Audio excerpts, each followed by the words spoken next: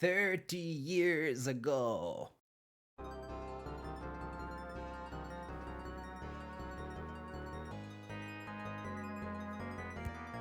First up, we have Castlevania Bloodlines, also known as Castlevania The New Generation in Europe. While the game takes place in 1917, we get a quick flashback to 1897 when Quincy Morris put Dracula to rest and ended the long war between vampires and humans. Then we move ahead to 1914 and Elizabeth Bartley conducting a dark ritual to raise her uncle Count Dracula from his rest, which not only revives Dracula but sets off the beginning of World War One.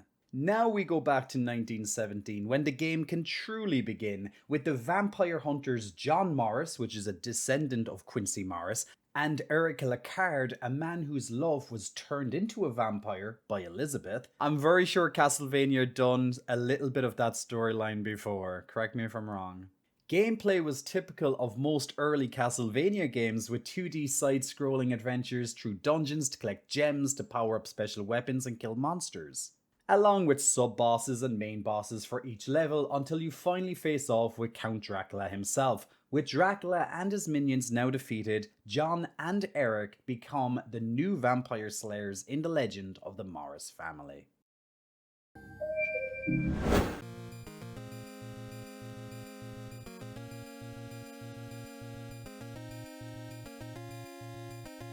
Mega Man 6 takes place right after the events of Mega Man 5, naturally. However, the main focus of the game involves the first annual Robot Masters Tournament. Think BattleBots, but with the sentient androids in the Mega Man universe. The tournament will determine who builds the best robots and is hosted by a person known only as Mr. X.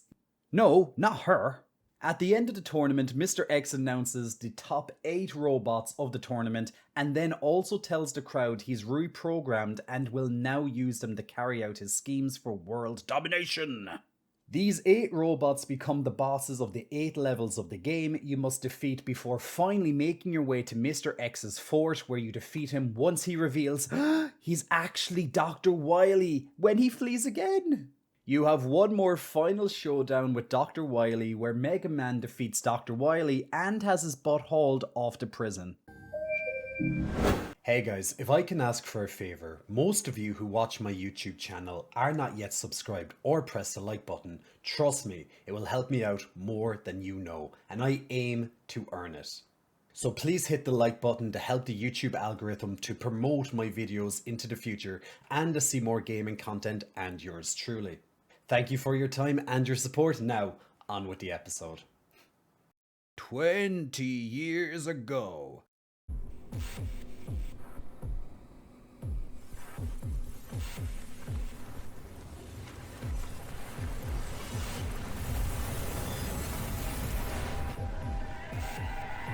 Far Cry was a first-person shooter involving a retired US Special Forces operative turned boat for hire in the Micronesia named Jack Carver is a badass story. But I gotta level with you, in reading about this game to remind myself of the storyline, I just kept picturing Archer Danger Island. As mentioned, retired operative Jack Carver, running a boat for hire business, is hired by a friend called Val to take her to a certain island. Upon arriving to Val's destination, Jack's boat is blown up and they are set upon by mercenaries. Jack is now separated from his friend Val and must survive the many dangers of the jungle to get her back, steal a nuke, use said nuke to blow up a lab working on a bioweapon, and then have a final showdown at the main bad guy called Krieger's secret base, which is in a volcano, by the way, because every evil villain has a secret volcano base, right?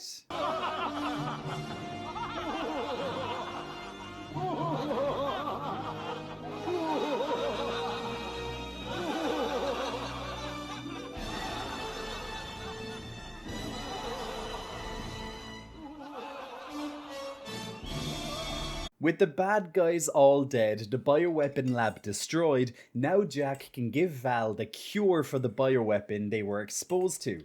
Everything is all wrapped up in a neat little package, and Jack and Val can get the hell out of there. As they are on a boat and sailing away, we are shown Val reading from a large file folder labeled Project Far Cry. Oh my god, that's the name of the game!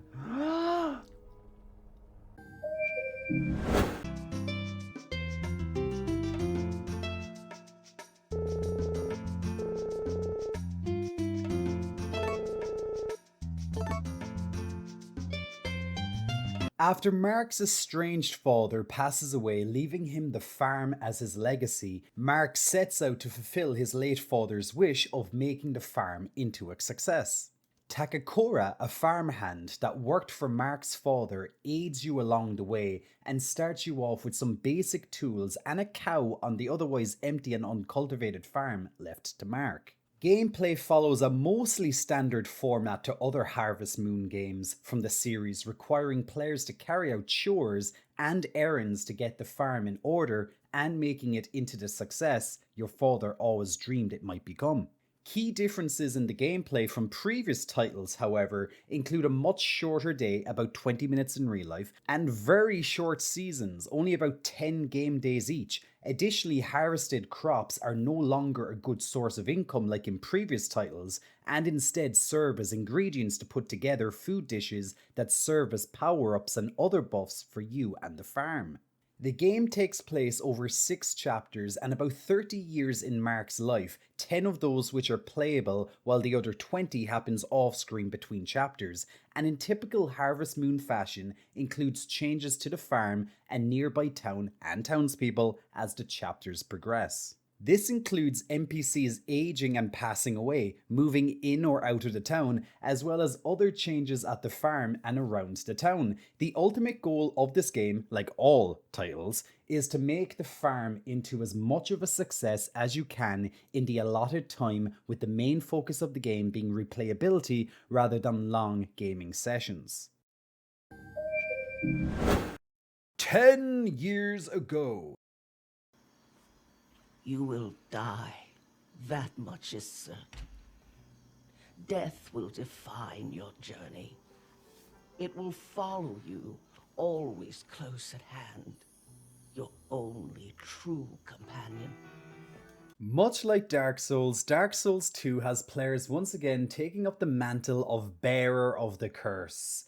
A human that has become undead and will eventually lose their identity and become a mindless zombie-like creator known only as a hollow, if you don't break the curse. As one of the undead, you travel to the fallen kingdom of Dran Lake, with the first mission of the game having you collect the Great Soul from the powerful Old Ones. With that mission finished, the true story of the game is revealed: seek the king. First up in your search for the king, the Queen Nashandra, which tells you the king abandoned his kingdom long ago and she wants you to kill him for herself. But after a little searching, we find that the king didn't so much abandon his kingdom as he fled in horror from the queen. You see, the queen had the king wage war against the giants which possess souls of unspecified power because she coveted their souls and wanted this power for herself. This is what the king discovered and why he locked himself in the undead crypt. With our story straight, now the final boss revealed to us, there are a few more things we have to finish before we can face Queen Nashandra. Next up is Aldea, the king's brother, and to obtain the Ashen Mist Heart, which will allow the player to travel through time and enter memories. You use this to enter the memories of the giants in the past, before the invasion, to defeat and absorb the giant lord's power for yourself. With the queen defeated, it is revealed to you that the queen was a fragment of Manus, the final boss from the Dark Souls expansion. You are asked to place her body to rest and take the throne of Want for yourself. However, in the Scholar of the First Sin version of the game, the base story changes slightly, notably with the addition of Aldea after the defeat of Nashandra. If the player has defeated King Vendrick, Aldea attempts to help the protagonist understand that there might be a way out of the endless cycle of death and rebirth. The player is given a choice. They can take the throne, thus allowing the cycle of the Age of Fire and Dark to continue, or the player can abscond the throne, resisting the effects of the hollowing and following in their own unknown path beyond light and dark.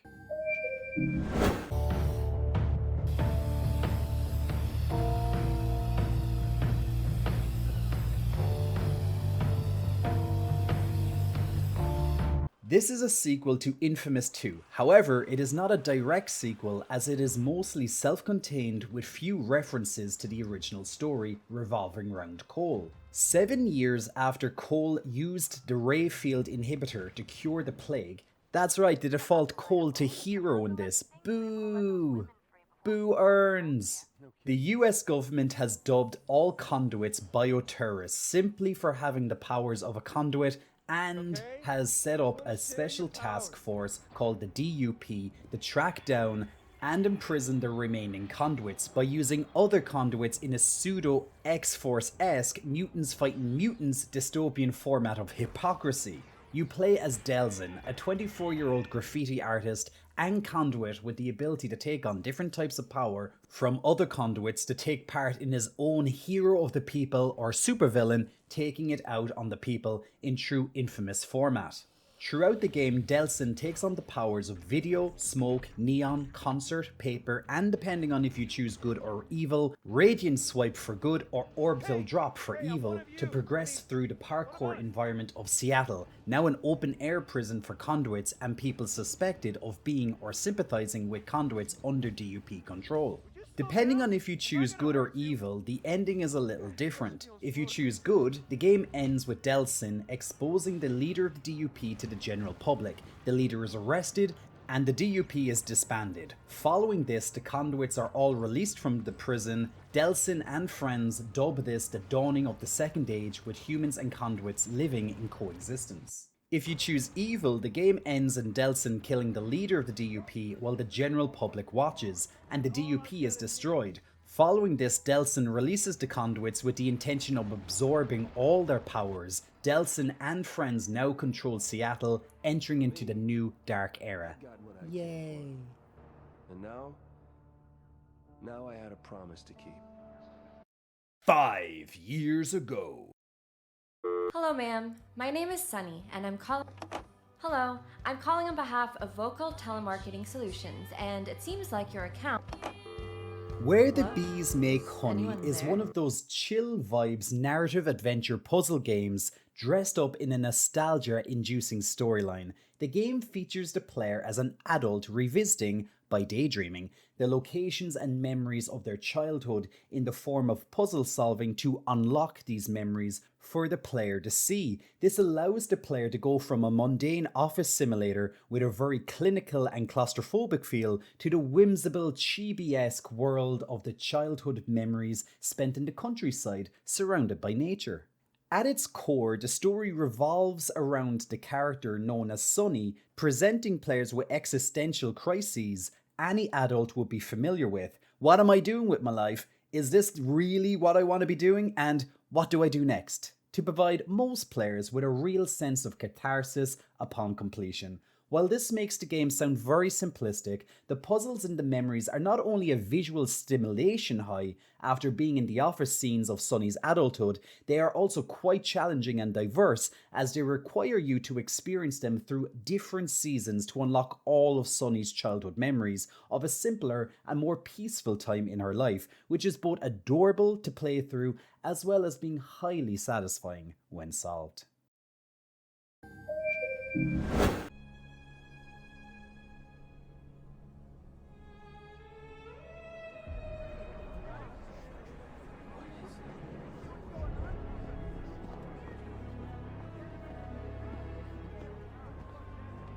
Devil May Cry 5's return to us with the well-known hack-and-slash style combat against the minions of evil and hell by the human-demon hybrid family of demon hunters Dante and his nephew Nero, and introduces us to a new hunter called V that seeks out Dante and Nero. The game starts out 5 years after the events of Devil May Cry 4. Nero has opened his own branch of Devil May Cry and is attacked by a hooded stranger that rips off Nero's Devilbringer arm and also steals the Yamato sword before disappearing.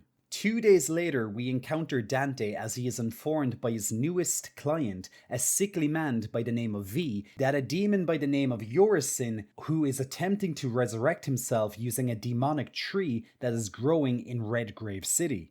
After seeing this for himself, Dante enlists the help of Nero to fight off this threat. However, even teamed up with the demon hunters and their strongest weapons are no match for the threat the demon tree presents to Redgrave City. While Dante holds off the tree and its attacks, his sword Rebellion is destroyed by the tree and he orders Nero and V to escape while the tree continues to attack Dante and the citizens of Redgrave City. We move forward a month to find that Nero is returning to the city where its wards to prevent demons and hell coming through are no longer functioning. With a new arm called Devil Breaker, made for him by Nico, Nero is seeking out V, who finds himself fighting a demon called Goliath. Perfect excuse to test out Nero's new arm, by the way.